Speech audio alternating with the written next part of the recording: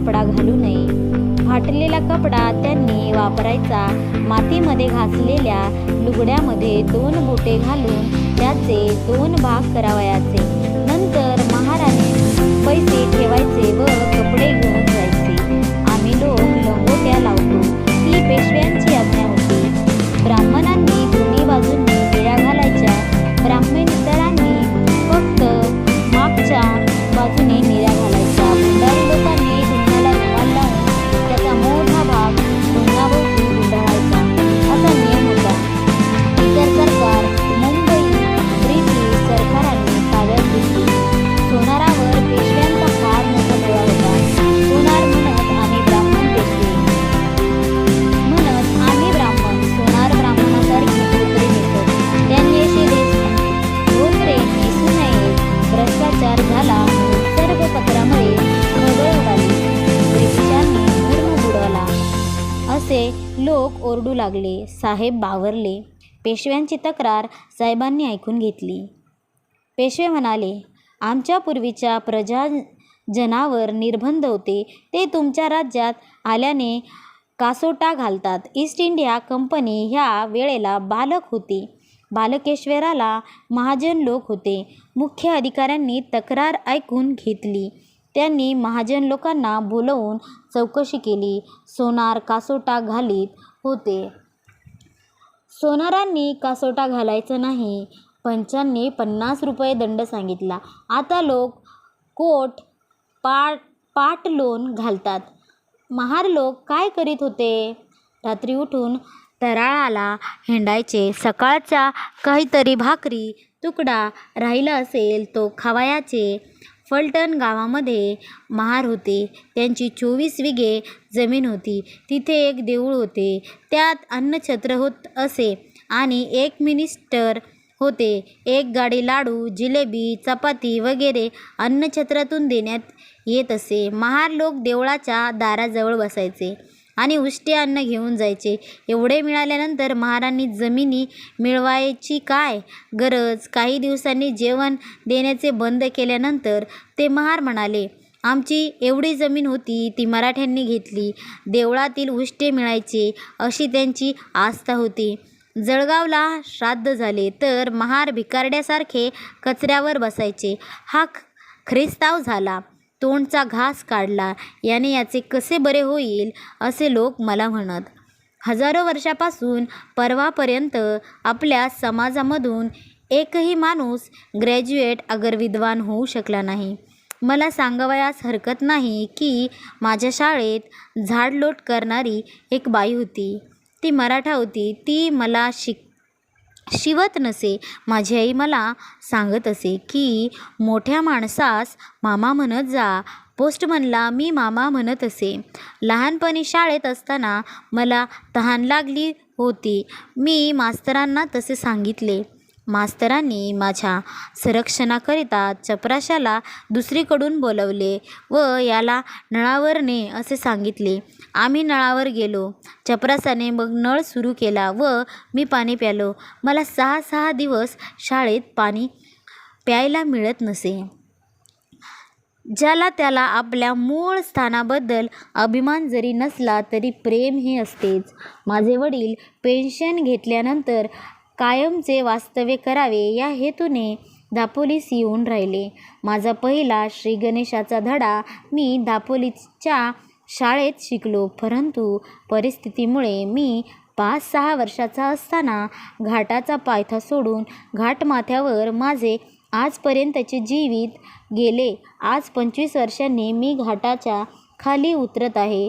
जो प्रदेश सृष्टीने आपल्या सौंदर्याने शृंगारला आहे त्या प्रदेशात पाऊल टाकल्याने कोणालाही आनंद वाटणार नाही आहे. ज्याला तो प्रदेश आपली मायभूमी म्हणून जिव्हाळ्याचा आहे असे वाटते त्याचा आनंद द्विगुणित झाला तर त्यात काही नवल नाही. एकदा स्थिती अशी होती की हा प्रदेश अस्पृश्य जातीच्या दृष्टीने पाहता फारच पुढे गेला होता असे म्हणायचे काहीच हरकत नाही. एकेकाळी अस्पृश्य जमातीतील अधिकारी मंडळींनी हा प्रदेश अगदी गजबजून गेला होता. त्याचप्रमाणे पांढरपेशे लोक खेरीज करून बाकीच्या वर्गाच्या तुलनेने पाहता अस्पृश्य वर्गच शिक्षणात पुढारलेला होता. ही उन्नती ज्या कारणामुळे झाली त्यात लष्करी पेशा हे एक महत्त्वाचे कारण होते. ब्रिटिश सरकारचा अंमल चालू होण्यापूर्वी अस्पृश्य लोकास नशीब काढण्यास किती वाव होता याबद्दल आज काही नक्की सांगता येत नाही. पण ज्या काळी स्पृश्यासोबत स्पृश्यतेच्या भावना इतक्या तीव्र होत्या की अस्पृश्यांना चालताना स्पृश्यावर सावली पडेल म्हणून वळसा घेऊन जावे लागत असे. थुंकीने रस्ता विटाळेल म्हणून गळ्यात गाडगे अडकवून हिंडावे लागत असे व ओळख पटावी म्हणून हातात काळा दोरा बांधावा लागत असे.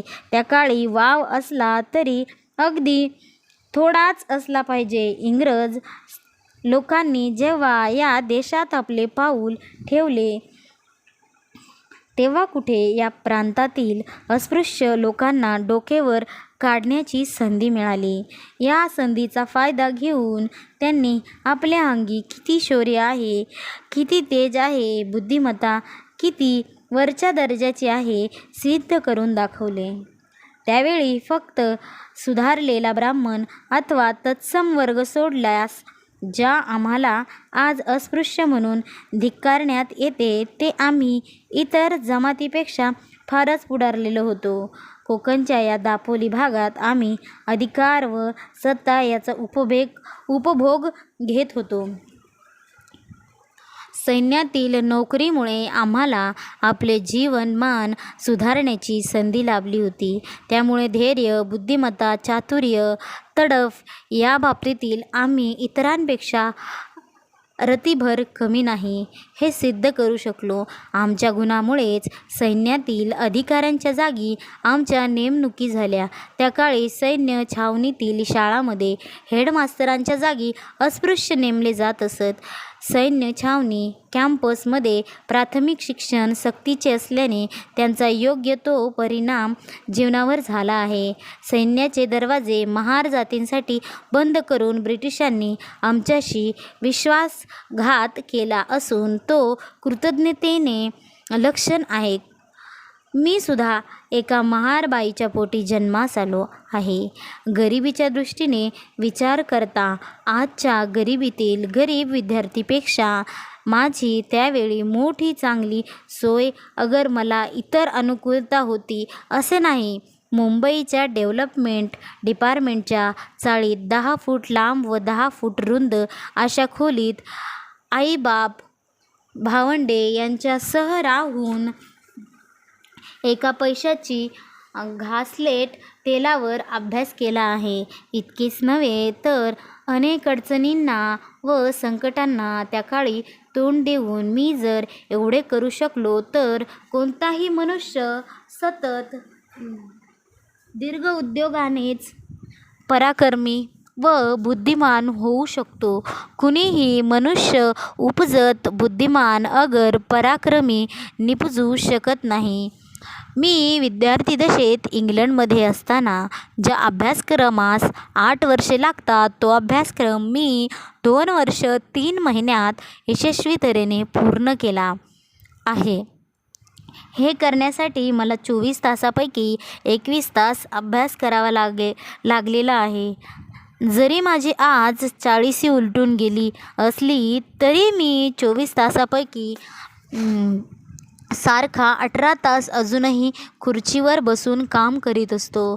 अलीकडच्या तरुणाला तर अर्धा तास सारखा बसला की चिमट्या तपकीर नाकात कोंबावी लागते, नाहीतर सिगारेटच ओढावीत हातपाय ताणून काही काळ पडल्याशिवाय उत्साह येत नाही. मला या वयातसुद्धा यापैकी कशाची गरज भासत नाही. या पलटणीतील नोकरीमुळे हिंदू समाजाच्या रचनेत एक क्रांती झाली होती असे म्हणण्यास काहीच हरकत नाही. ज्या महार चांभार लोकांना गावात मराठे वगैरे लोक शिवून घेत नसत व ज्यांनी जोहार किंवा राम राम केला नाही तर मराठे लोक आपला अपमान झाला असे समजतच तेच मराठे शिपाई महार व चांभार सुभेदारास लवून सलामी देत असत व क्युबे म्हणून जर त्यांनी म्हटले तर डोळे वर करून बघण्याची त्यांची ताकद होत नसे. एवढा अधिकार अस्पृश्य जमातीतील लोकांस या देशात कोणत्याही प्रांतात यापूर्वी केव्हाही प्राप्त झाला नव्हता असे म्हणता येईल. त्यांच्यातील 90% लोक साक्षर होते. त्यात विशेष ध्यानात ठेवण्यासारखी गोष्ट ही की हा शिक्षणाचा प्रसार पुरुष मंडळीत होता. इतकेच नव्हे तर स्त्रियातही होता. काही स्त्रिया तर शिक्षणात इतक्या प्रवीण होत्या की भर पुरुषाच्या सभेत पुराणाच्या अन्वयार्थ करून सांगत असत. जोपर्यंत ते शिक्षण जारी होते तोपर्यंत अस्पृश्य वर्गास अतोनात फायदा झाला होता. या शिक्षणाचा उपयोग त्यांनी अशा तऱ्हेने केला की ज्यांच्याबद्दल अभिमान वाटल्या वाचून राहणार नाही. या ज्ञान प्रसारामुळे अस्पृश्यात जो ग्रंथसंग्रह झाला तो त्याच्या संख्येच्या मानाने अफाट होता असे म्हटल्यास अतिशयोक्ती होणार नाही. श्रीधर स्वामींच्या ग्रंथांच्या हस्तलिखित प्रती तर गाड्याने सापडतील, परंतु मुकुंदराज, ज्ञानेश्वर, मुक्तेश्वर इत्यादी महाराष्ट्रातील जुन्या व महान कवींच्या ग्रंथांच्या हस्तलिखित प्रती मी अनेक अस्पृश्यांच्या संग्रही पाहिल्या आहेत. इतकेच नव्हे तर अस्पृश्यांच्या घरी अजूनही काही दुर्मिळ अशा ग्रंथांच्या प्रती सापडतील अशी माझी खात्री आहे. ज्ञानेश्वर महाराजांनी पंचीकरण नावाचा ग्रंथ लिहिला होता. ही गोष्ट फारशी ऐकिवात नाही, पण हा ग्रंथ मी एका माझ्या दिवंगत झालेल्या मित्राच्या घरी पाहिलेला आहे. काही वर्षापूर्वी श्री पांगारकर यांनी राघव चिंतन धन या कवीने लिहिलेल्या ज्ञानसुधा नावाचा ग्रंथ कोणाजवळ असल्यास कळवावे अशी केसरीत जाहिरात दिली होती. या ग्रंथाची हस्तलिखित प्रत त्यांना सापडली नसल्यास त्यांना ती माझ्या एका अस्पृश्य मित्राच्या संग्रही पाहावयास सापडेल. ज्या अस्पृश्य जातीच्या लोकांना त्या काळी विद्येची सर्व द्वारे बंद होती त्यावेळी त्यांना असा ग्रंथसंग्रह करण्यास किती सायास पडले असतील व किती द्रव्याचा व्यय करावा लागला असेल याचा विचार ज्याचा त्यानेच करावा. ही ज्ञानाची लालसा त्यावेळेच्या समाजास भूषणवाह आहे याबद्दल तुमचे दुमत होणे शक्य नाही. भाग 12. प्रोफेसर असताना मी 1923 पासून ते 1937 पर्यंत मुंबईच्या सिडनहॅम कॉलेजात प्रोफेसर होतो व तेथील लॉ कॉलेजचाही मी प्रिन्सिपल होतो. 1937 सालापासून माझा विद्यार्थ्याशी असलेला संबंध तुटला. तेव्हापासून मी प्राध्यापकाचा पेशा बाजूस ठेवून राजकारणाचा पेशा पत्करला. प्रोफेसर नुसता विद्वान असून चालायचे नाही, तो सर्वश्रुतही असला पाहिजे. तो स्वतः अत्यंत उत्साही असला पाहिजे. त्याची वाणी शुद्ध असली पाहिजे. आपण आपल्याविषयी मनोरंजक करू अशी त्यांच्यात धमक असली पाहिजे, तरच विद्यार्थीसुद्धा अत्यंत उत्साही होतील यात शंका नाही.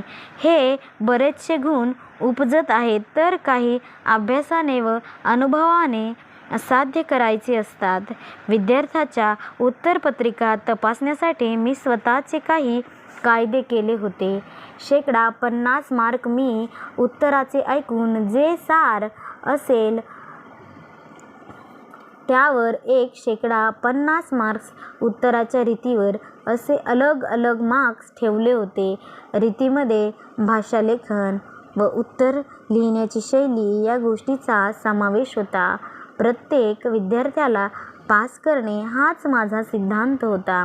सर्वप्रथम मी 33% मार्क म्हणजे 3ऱ्या श्रेणीचे मार्क्स देत असे. पण कधीकधी काय व्हायचे की माझ्याकडे विशेषतः जेव्हा हजार उत्तरपत्रिका तपासायला यायच्या तेव्हा किती मार्क्स द्यावायचे हवेत हे मी ठरवीत असे. अशा परिस्थितीत मी अगोदर पूर्ण उत्तरपत्रिका वाचून काढायचो, मगच मार्क्स द्यायचो. एखाद्या विद्यार्थ्याने उत्तम पेपर सोडविला असला तर मी त्याला 45% मार्क्स द्यायचो.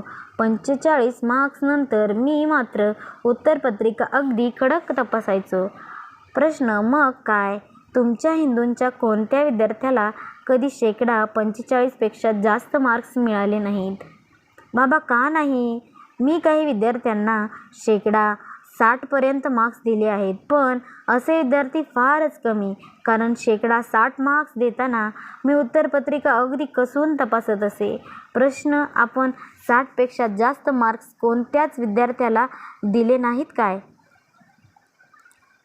बाबासाहेब आंबेडकर म्हणतात, 60पेक्षा जास्त मार्क्स मिळवायला ते लायक आहेत, ज्याचा अधिकार आहे, अशांनाच फक्त मी 60पेक्षा जास्त मार्क्स दिले. तुमच्या या प्रश्नाने मला एक आठवण झाली. एकदा मी एका विद्यार्थ्याला 150 पैकी 144 मार्क्स दिले. खरोखरच ती उत्तरपत्रिका त्या लायकीची होती. त्या विद्यार्थ्याने उत्तरे इतकी चांगली व चातुर्याने सोडवली होती की 150 पैकी 150च मार्क्स द्यावेत असे मला वाटत होते. पण 6 मार्क्स मी एवढ्यासाठी कापले की ते काही गणिताचे थोडेच होते की पूर्णपणे मार्क्स द्यावेत. खरोखर माझा नाईलाज होता. पण मी ती उत्तरपत्रिका डिग्री कॉलेजच्या एका अधिकाऱ्याकडे पाठवली. तेव्हा त्या अधिकाऱ्याने पाहिले की एक दुसऱ्याच कॉलेजचा विद्यार्थी पहिला येत आहे व त्यामुळे तो ज्या कॉलेजचा आहे त्याच कॉलेजचा त्या वर्षाचे मेडल मिळेल. तेव्हा त्यांनी ती उत्तरपत्रिका पुन्हा माझ्याकडे तपासायला पाठवली.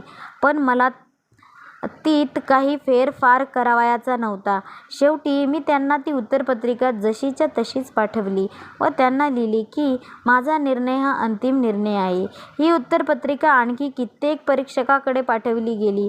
कित्येकांनी 144 पेक्षा कमी मार्क्स दिले, तर कुणी एकाने तर 144 पेक्षा जास्त मार्क्स दिले. शेवटी नाईलाजास्तव त्यांना माझाच निर्णय मान्य करावा लागला. प्रश्न: आणि आपण कोणत्याच विद्यार्थ्याला नापास केले नाही काय? बाबासाहेब आंबेडकर: माझ्या हातून एखाद्या विद्यार्थ्याचे नुकसान झाले नसेल हे तर मी काही सांगू शकत नाही. प्रश्न: कधी आपणाकडे एखाद्या विद्यार्थ्याची शिफारस कोणी केली नाही काय? जर कोणी केली असेल तर काय आपण तसेच वागलात? बाबासाहेब आंबेडकर: एकदा एका अस्पृश्य विद्यार्थ्याच्या पालकाला कळले की मी मुंबई विश्वविद्यालयाचा परीक्षक आहे, तेव्हा तो माझ्याकडे आला व त्या विद्यार्थ्याची शिफारस करू लागला. त्याला वाटले की मी देखील अस्पृश्य असल्याने त्या विद्यार्थ्याच्या बाबतीत काही मदत करू शकेन, पण माझ्या बाबतीत तरी हे असंभवनीय होते. अशी शिफारशींना मी अगदी तिरस्कारीय दृष्टीने पाहत असे. मी त्याला म्हणालो की मला वाटलं तर मी हे करूही शकतो, पण मला कदापि हे शोभणार नाही. एका शिकलेल्या अस्पृश्य तरुणाने इतर शिकलेल्या तरुणांच्या तुलनेत स्वतःला तुच्छ व लहानहीन का म्हणून समजावे?